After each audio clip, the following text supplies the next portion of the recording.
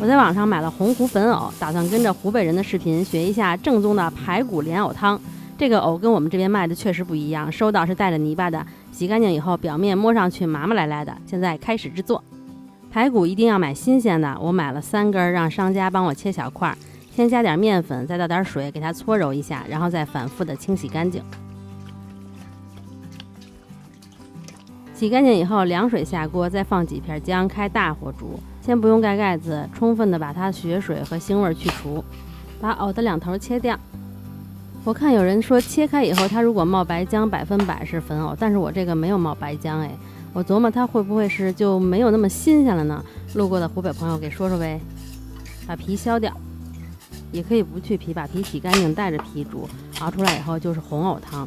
我是看我那个商家的宣传页上是这样写的，看了一个纪录片说这个藕不能见铁，如果见铁以后煮完以后就容易发黑，所以建议用陶瓷刀或者钢刀切，而且用刀背切更好。我这个小陶瓷刀我就没法用刀背了，切不动。把藕切成大块，切开以后不要清洗，放点盐给它抓拌均匀。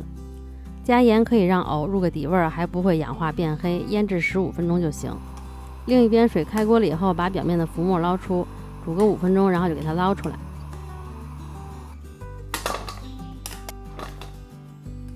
再用热水冲洗一下，把表面残留的一些沫子给它冲洗干净。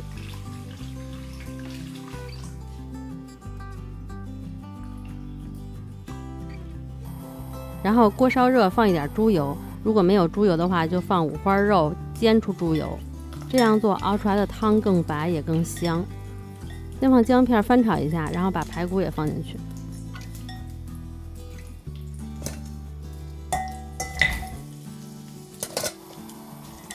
把排骨也多炒一会儿。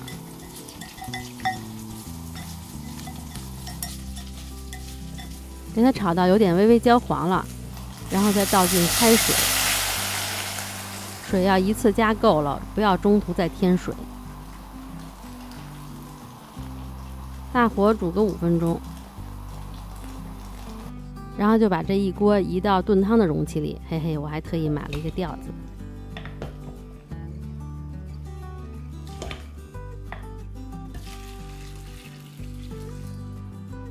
然后再把藕直接放进来就行了，藕千万不要用清水再冲洗。